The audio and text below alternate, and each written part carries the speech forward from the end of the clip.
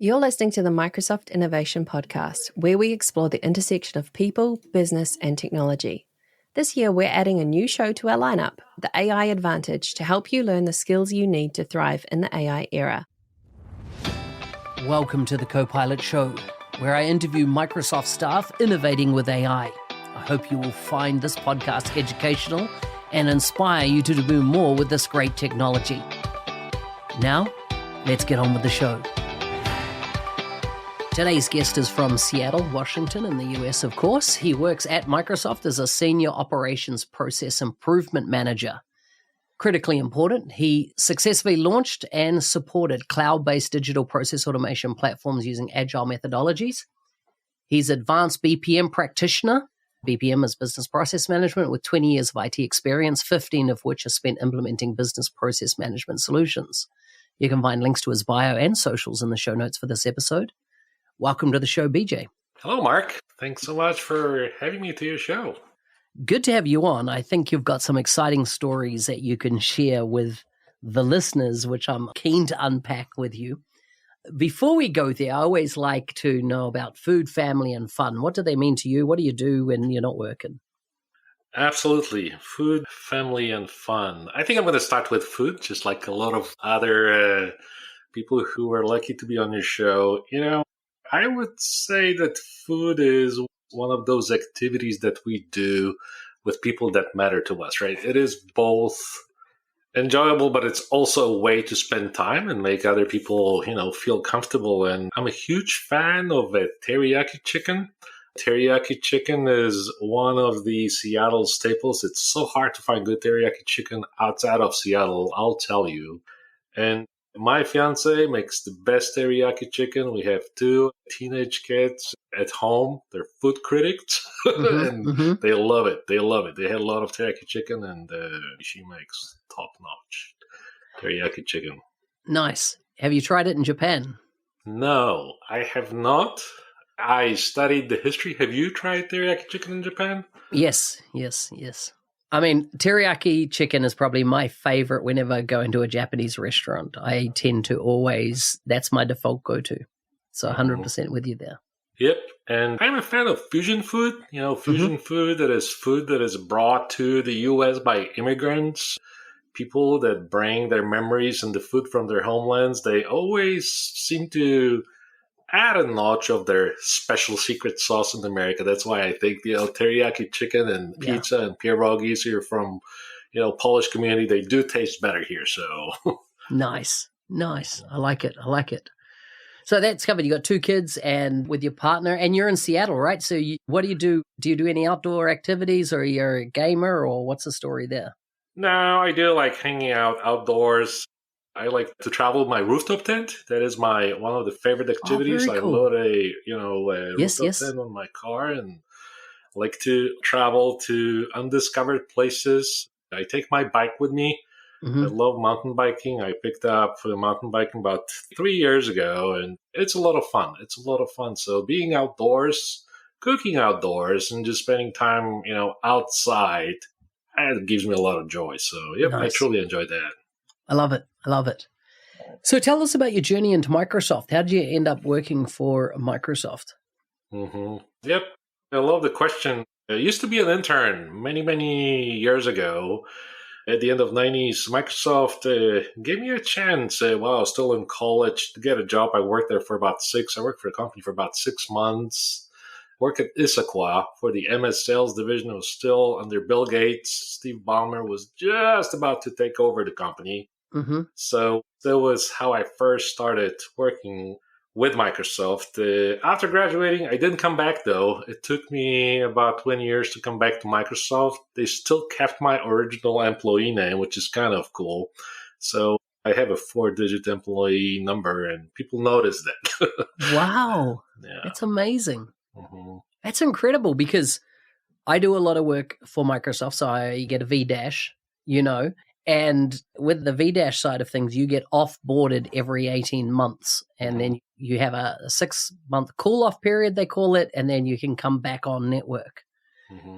But each time I get issued a brand new ID, get brand new alias, And like I've been on network for almost 10 years now. So you can imagine how many IDs I've had, because the way that virtual employee works is a new Active Directory entry, to use the old phrase for intra, each time.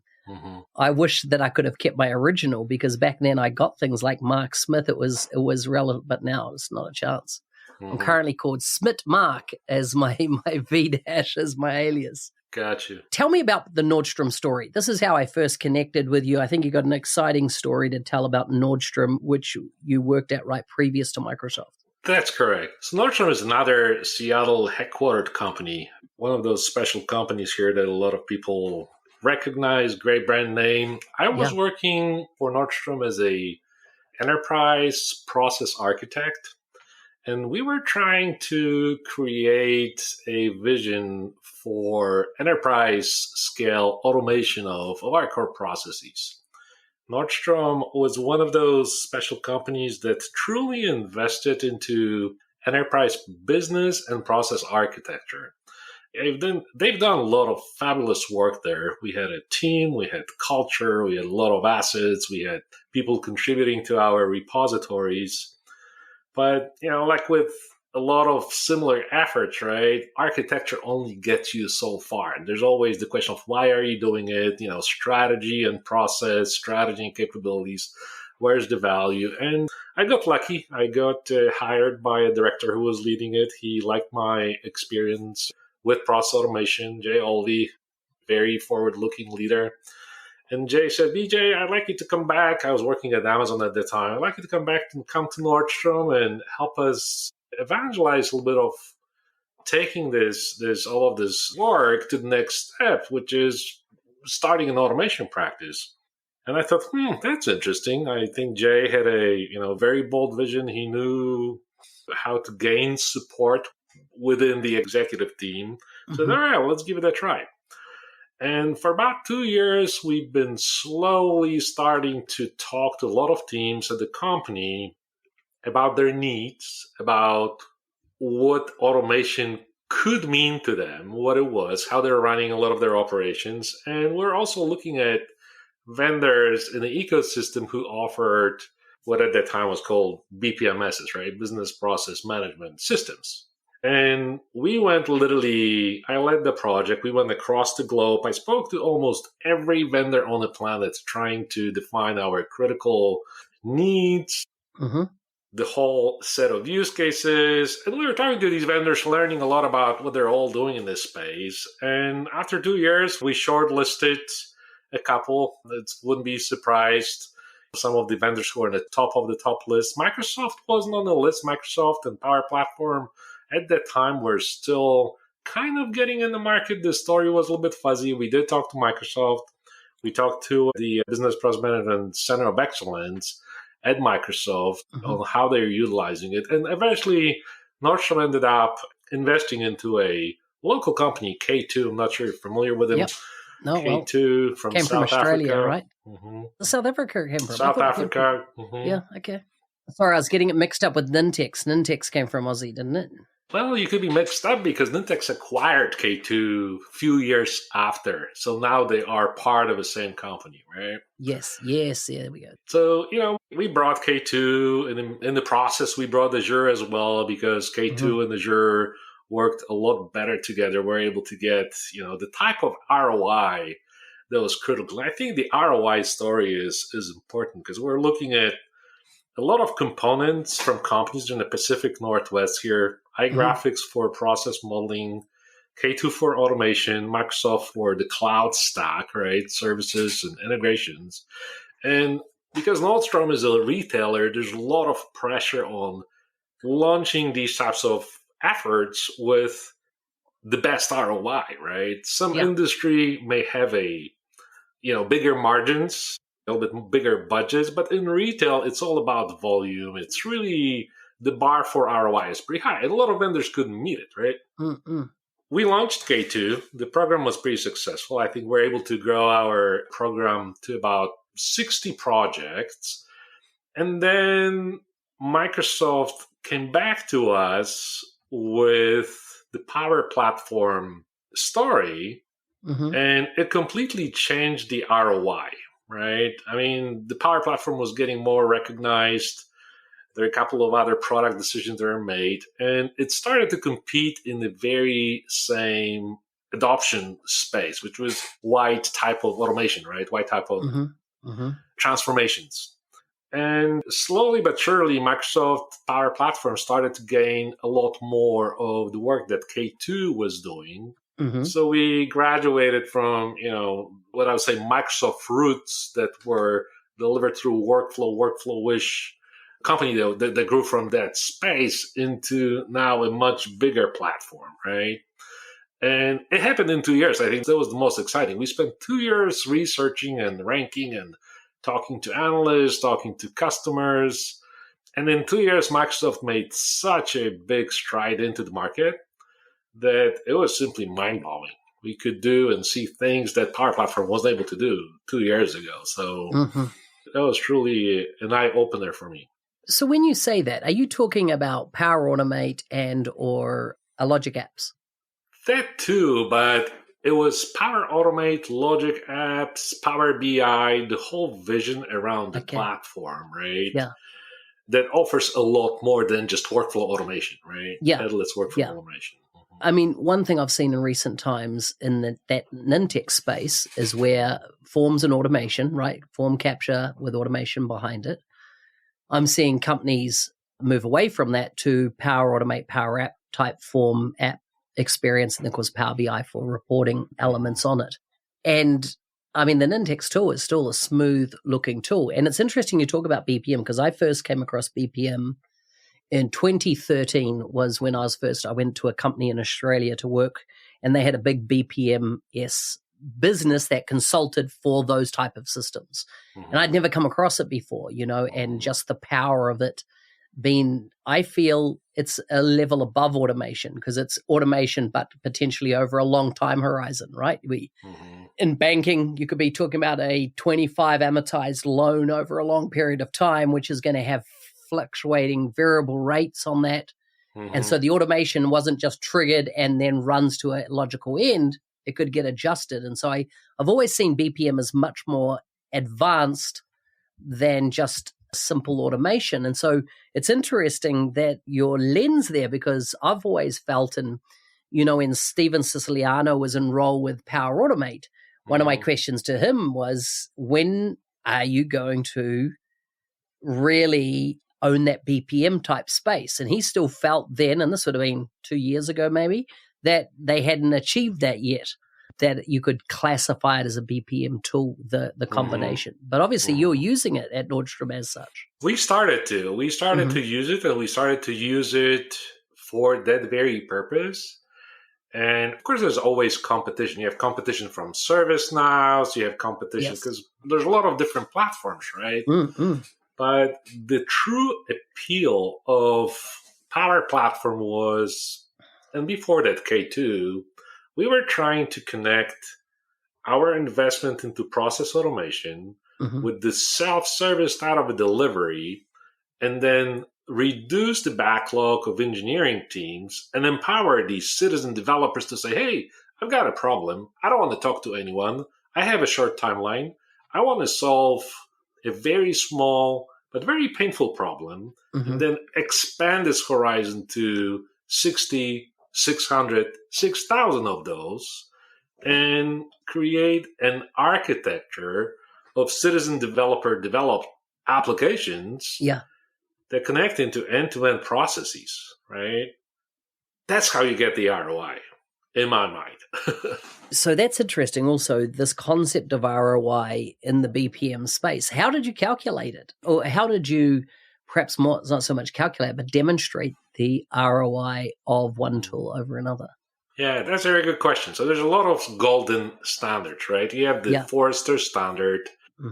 If you're a customer of Forrester, they'll give you the formula on how to calculate the value of your transformation. Yeah. Well, it is at a very high level. If you get into the implementation, if you get into the nitty-gritty projects, the fact that sometimes you have version 1, 2, 3 of a project, the fact that you're training people, you have to connect a lot of theory with the actual hands down tactical implementation, right? Some companies are super skilled in this and they have their own scaling factors, they have their own models, and when they bring consultants, they can do it. But at Nordstrom, we're trying to come up with our own method that would connect what we knew the platform would be able to do based on how other customers were using it. But kind of need to embed that ROI in your own environment, knowing that it's going to scale. I mean, it's going to adjust. It's going to adjust. You can't do it based on just 6 months because people are going to learn. You're going to get more value, more projects, right? So we had a best case scenario, worst case scenario, and average spread. And we used a lot of inputs from the field, but also inputs from these waves you get from Forrester where they offer you, I would say, scaling factors into your model, right? And then we would forecast that 12 to 18 months, right? 12 to 18 months, knowing that at each end of the project, we would have to validate our business value. It's an art form.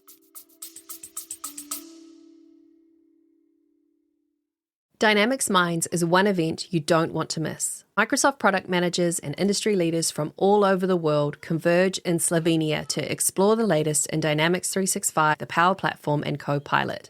Expect 3 days of in-person community connection, trailblazing insights, and a location sure to inspire our creativity. Early bird tickets are on sale now, and podcast listeners get 10% off by registering via the link in the show notes. Hope to see you there. Yeah, that's interesting. In that art form, did you have any formalities between comparing one to the other, or were you really relying on that third-party data from your Gartner, your Forrester, and things like that? No, we were relying on our own data using formulas from outside, right? So yes, you need to scale these formulas to your own environment, to your own teams, to their velocity, to how fast they're learning. Are they learning in the right way, right? So, and at some point in time, I remember we had a third-party consultant coming in and saying, well, you guys are saying the ROI is this. Let me take another look at it and maybe take a critical eye. Yeah. So if you're transparent about how things are getting calculated, you put it out there, you get enough scrutiny into your model. I think this is getting the BVA or business value and ROI out of any transformation project. I think in my mind, it is like one of the most important things, right? Because vendors can promise anything and everything. Yes. And the challenge is you bring, a company like Appian or a company like Pegasystems or TIBCO, and they'll say, well, we were able to get the ROI of 460% here. Yeah. Well, the question is, how'd you go about this?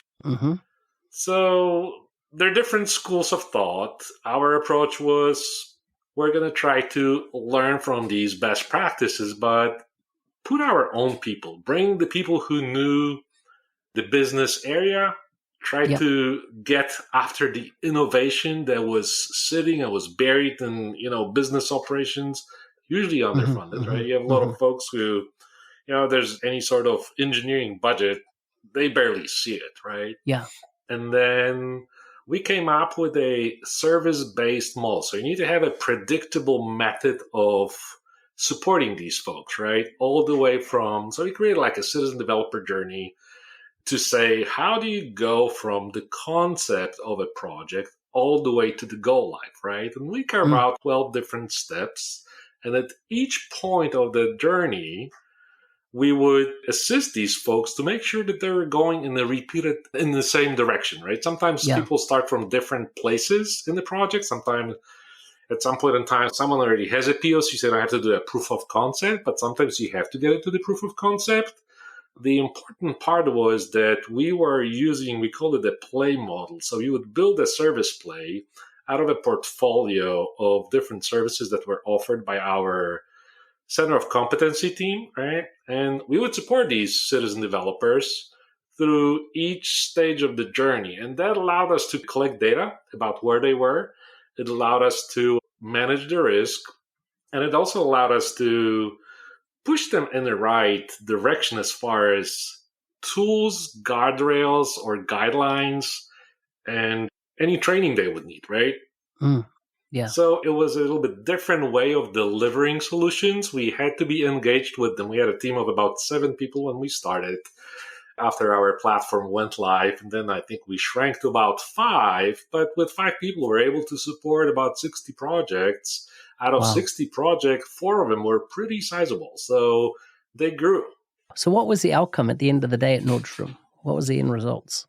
I think we're able to prove the value of, there's different stories depending on where you look. If you look at, connecting strategy with process, there's some stories about Nordstrom being able to use the value of process architecture to expand into Canada, right? Mm-hmm. But that's just one of the angles of how do you get the benefit of all of the AP that's built. When you talk about pure automation, right, there's a couple of examples where we are able to shorten the delivery cycle and go from historically probably would have taken 6-7 months to 2. And that provided the company with competitive advantage. It also provided the company with, I think, a much cleaner and faster path to get to their business objective, right? If you can launch a solution that takes 2 months versus 7, you see how people are using it, and you can go after the things that are waiting for you, once the system goes live. Mm-mm. Much quicker. One of those scenarios would be Nordstrom was launching a store in New York.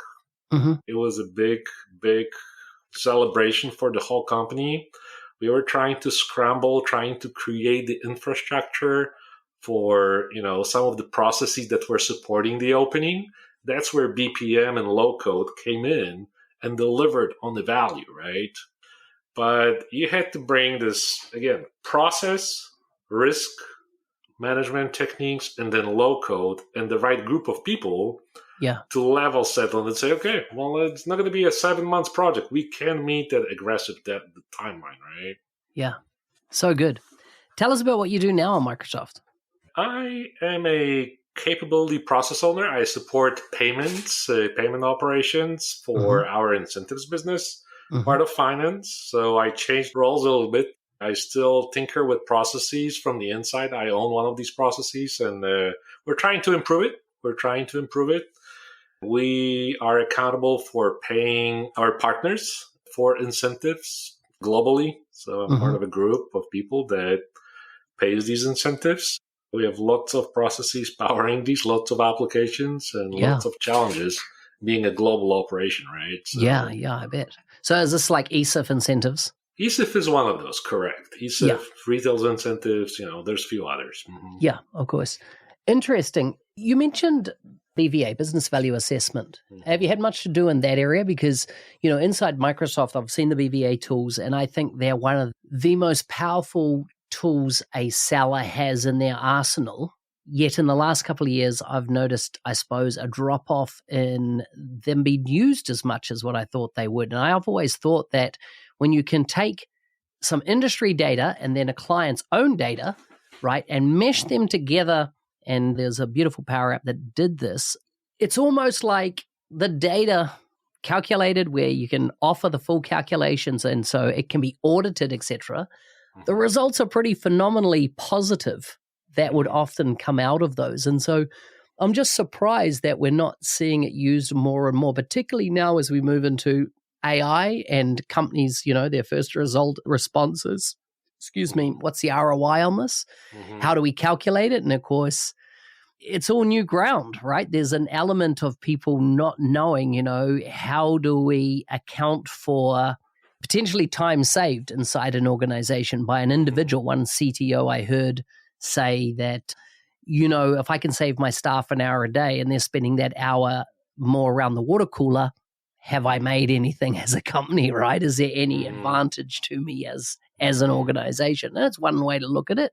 But I'm just wondering if done much thought around the ROI or business value that AI brings to an organization. I've done BVAs in the past myself, right? I used to be in consulting. So the BVA was one of those critical components of a project being pitched, sold, delivered, right? Yeah. Depending where you were in the journey, if you were on the poor delivery team and someone oversold the BVA, you always hated the account executive because you knew that it was grind, right? You had to come in and 14-hour days and everybody had to meet that BVA, right? But I think the BVA, and I've worked with teams and folks at Microsoft who specialize. Like BVA is one of the consulting specializations. There's few people, I think, within Microsoft that know how to do it.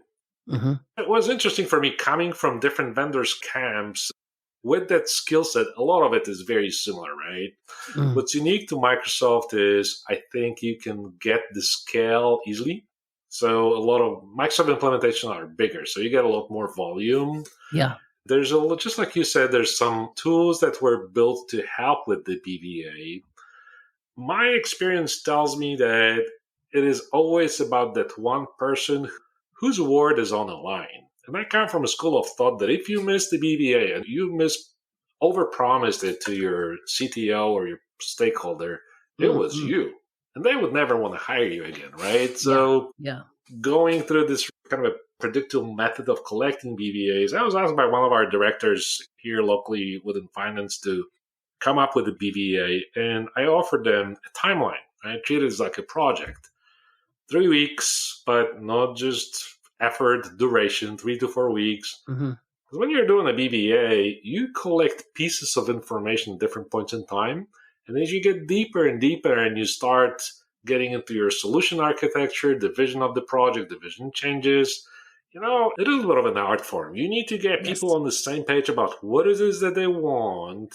Do they truly see that vision? And sometimes you build a proof of concept or a wireframe, and then that creates additional discussion, right? I usually cut my BVAs in kind of 3 points in time.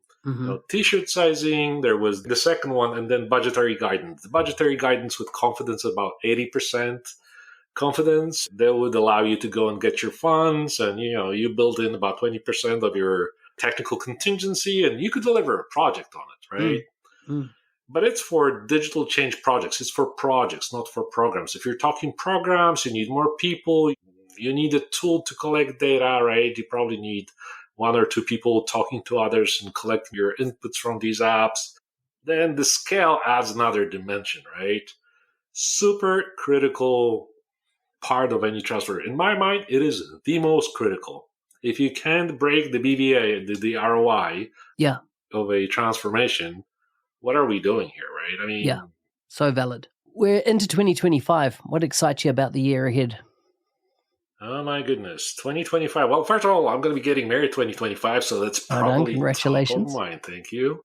Have been working on a book with 2 other co-authors, Jim Steiner, former VP of Gartner, very recognized in the space, is Zbigniew Misiak, who is part of an OMG. He's a senior process consultant from Box Systems in Europe. We're trying to put together a story about the value of process in digital change, digital transformation, and the new AI world, right? Nice. A lot of the old topics, they're still relevant. You're bringing AI into the mix, you're bringing different technologies, the space to automation will not slow down, right? Question is, what are you going to be building, right? Are you going to be building separate islands of automation that are powered by AI? Or are you going to be building agents, autonomous agents that are now triggering processes that have no idea what each one of them is doing, right? How is that story going to unfold? And then this push to empower people to do more with less, right? How does that work? So we decided to write a book, and hopefully 2025 is going to be the year where we can come forward and talk a little about that new take on the process. I love it.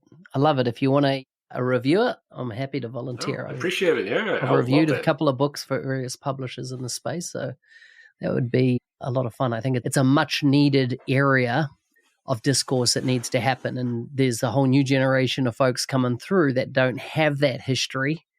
And I think that to reinterpret it with an AI lens is so critically important because there's still so many lessons, right, that can be taught from that history. Thank you, BJ. Thank you. It's been good having you on the podcast. I really appreciate it.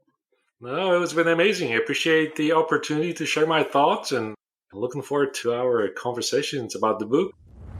Hey, thanks for listening. I'm your host, Mark Smith, otherwise known as the NZ365 guy.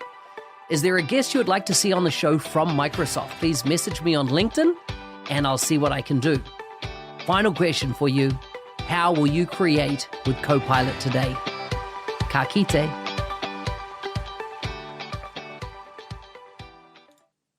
Are you ready to accelerate your career in the Microsoft ecosystem? The 90-Day Mentoring Challenge, created by Mark Smith, is your opportunity to create a personalized pathway to success. Join over 1,200 alumni from more than 70 countries who have achieved remarkable results, from promotions to new job opportunities. Take it from Nathan, who said, "Since completing the 90-Day Mentoring Challenge, I've become an MVP in business applications and doubled my income." Or from Parvez, who shares, "I've never felt as inspired or energized about my career as I do now." Sign up at arcor.nz365guide.com. You can find the link in the show notes. And if you use the code podcast, you'll get 10% off.